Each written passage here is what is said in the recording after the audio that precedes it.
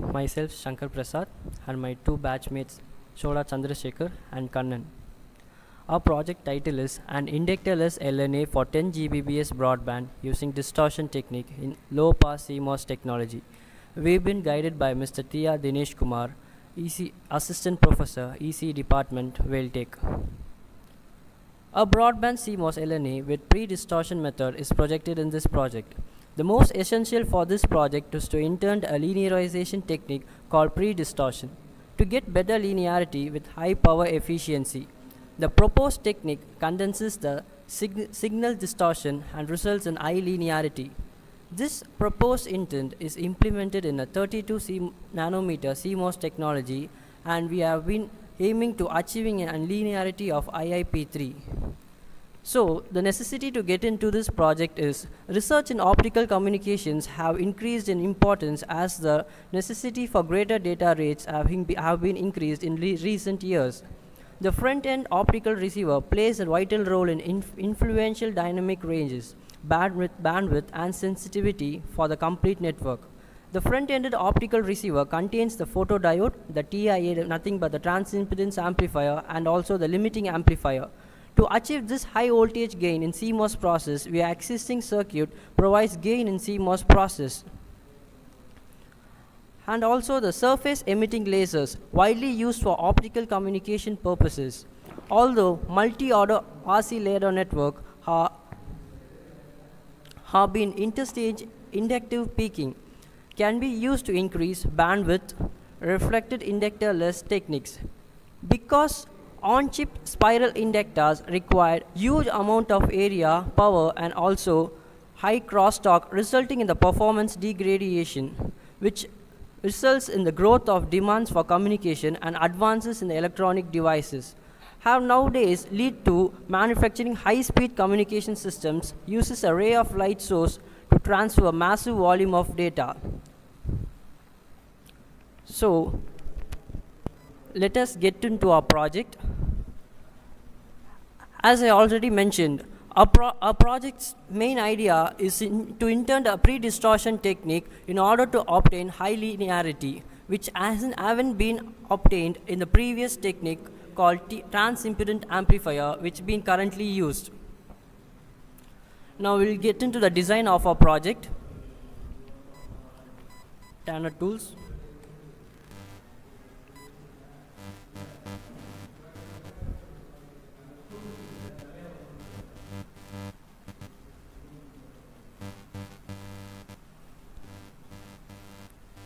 We have been using Tanner tool version 16.0 for our complete design. So let us start with our project.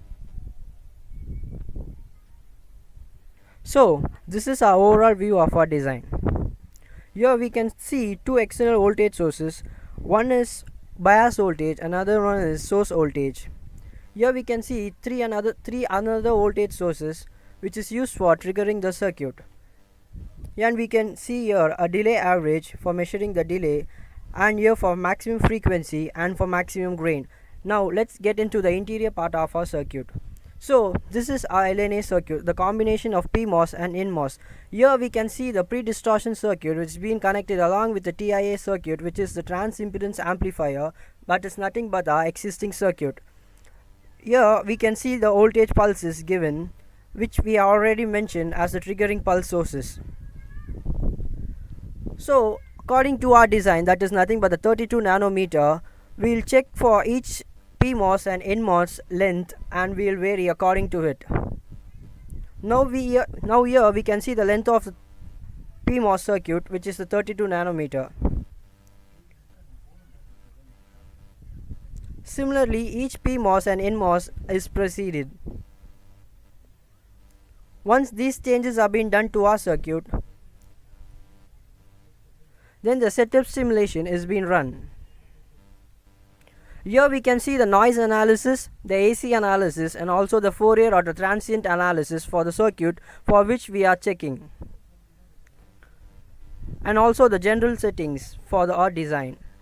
So let us talk about the noise analysis. For noise analysis, let us see the node name as V out, the reference node is given as ground, and the source is given for the voltage source for the fourth terminal. And for the AC analysis, we can see the start frequency, stop frequency, which is given by us, and also the number of frequency, and also the sweep type, which we have kept as linear. When it comes to the transient analysis, we can also see the stop time, the maximum time setup, and also the startup mode. Now let's get into the general settings. Here the file we are supposed to include is being added. In our design, we are using a 32 nanometer design, so it is being exported here. Now let us run the design.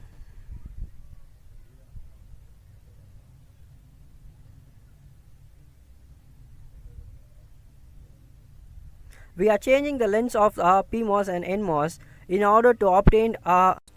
Once the setup simulation is done, now we'll double click the T-Spice window.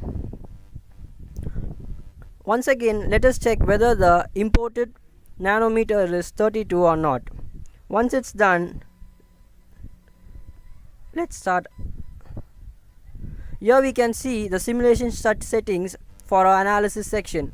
You can see the noise, the AC line, and the transient analysis as we got the check-in in the settings. Now we will include the power. We will take the fourth terminal of the voltage source for this.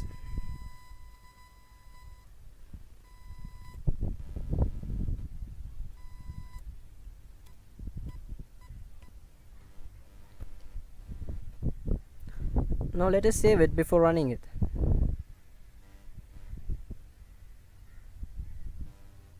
As a simulation is completed, we can see the delay as minus 234.55 picofarad.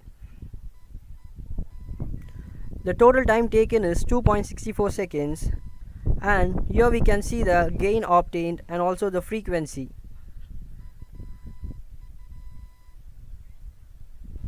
This shows the total output noise that obtained after the simulation is done.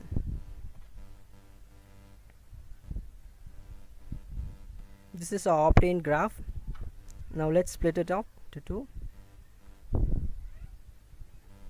This shows the transient analysis of.